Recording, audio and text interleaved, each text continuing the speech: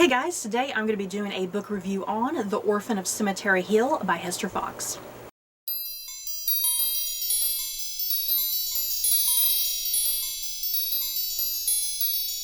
The Orphan of Cemetery Hill by Hester Fox is set in Boston during the mid-1850s, where we follow Tabby, who can communicate with the dead. As grave robberies grow in Boston, Tabby becomes trapped in a plot that threatens the secrecy of her gift. So, I ended up really quite liking and enjoying this book. It's not like life-changing or mind-blowing, but it's still a very good, quick, easy, enjoyable read.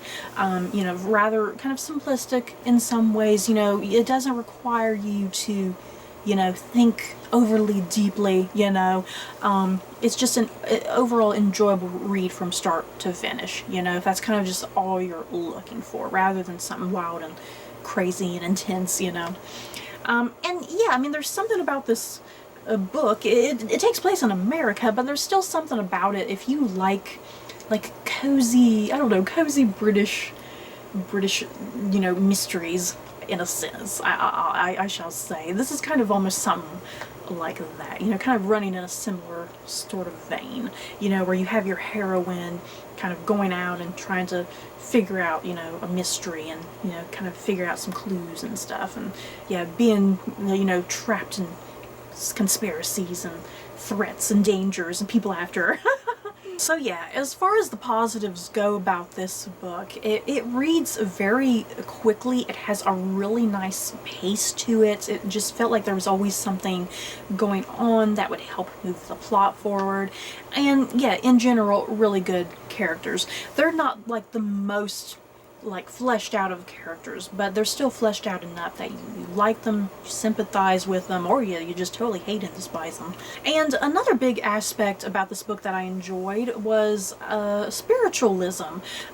During this time period, kind of there in the 1800s, and then I think even into the early 1900s, spiritualism was a big thing. People really having that need to communicate with their loved ones, communicate with the dead. And yeah, it's like during this time period, just frauds just running rampant all over the place. People really abusing, people's grief and pain for their own monetary benefit and whatnot. So yeah, spiritualism was a huge thing during this time period. So if you love kind of that theme, if you will, that sort of premise with spiritualism as a big concept, I think you're really going to particularly like this book. And kind of the big thing about this book, during the time period, there were definitely lots of frauds, but the character of Tabby, she can genuinely, for real, speak to dead people. She can communicate with the dead. It is not an act at all. And if anything, it's something that she tries to hide from, she tries to run away from, she keeps secret. Because what you find out very early in this book, Tabby, and she runs away with her older sister from their rather abusive, cruel aunt and uncle. Her aunt and uncle are using Tabby for monetary gain. Hey, we know you can talk to the dead, we're going to use that and benefit from it. Yeah, kind of putting Tabby through a lot of pain, emotional pain and trauma, really, by abusing her gifts and making her do something that she doesn't particularly really want to do. So yeah, Tabby and her older sister are running away from that toxic, abusive life, if you will. They get separated through a series of events. Tabby is on her own, and at this point in the novel, she's a really young little girl, and she runs into a caretaker at a graveyard. He's actually a black man. He becomes her adoptive father. So yeah, we flash forward, about 10-15 years, something like that. I can't remember. Maybe it's not that much. I might be exaggerating the time jump. I don't think it's that much. It might only maybe be about 6 years or so. So we jump up in time. Tabby is now a grown woman. And we quickly find out that there's a series of grave robberies going on.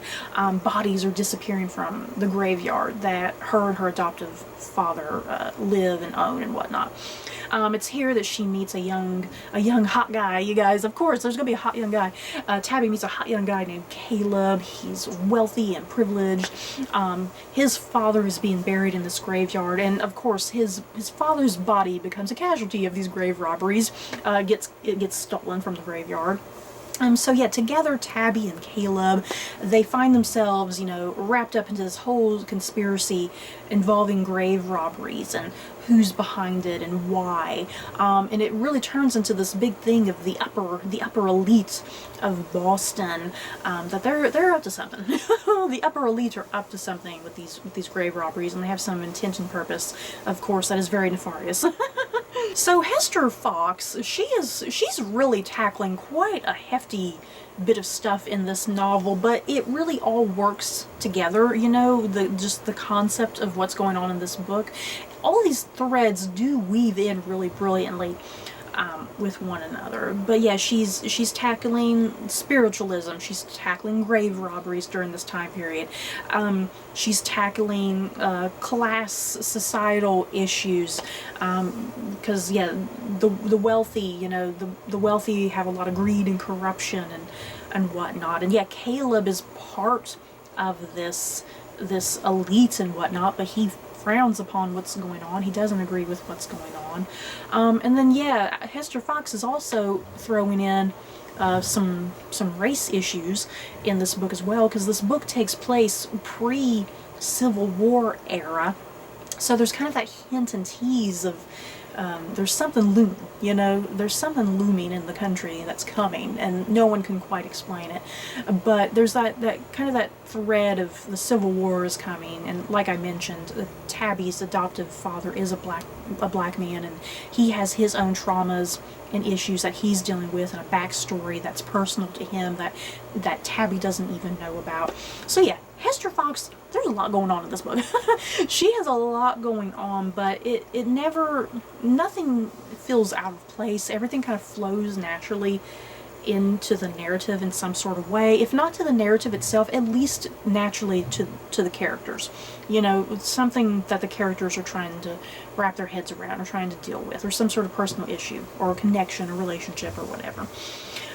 So yeah, I really liked this book, you guys. Thoroughly enjoyable, engaging in places, and I would definitely call this like casual historical fiction, if you will, because a lot of times I think a lot of people who have issues with historical fiction, they struggle with like the information overload, the information dumping sometimes with historical fiction.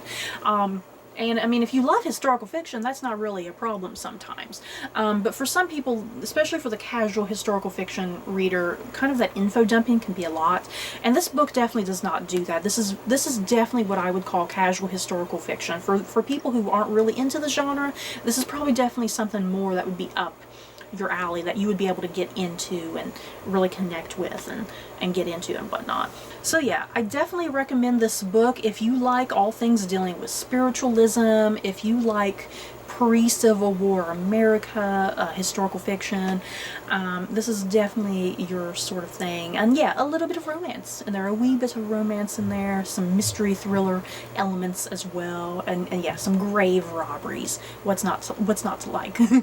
So you guys, that is it for my thoughts and feelings on The Orphan of Cemetery Hill by Hester Fox. In the comments below, have you guys read this book? Did you love it? Did you hate it? Do you plan on reading it sometime in the future? Just let me know your thoughts. So that's it for this video. Don't forget to like, comment, and subscribe. And if you like this video, you may like these other videos. Bye guys.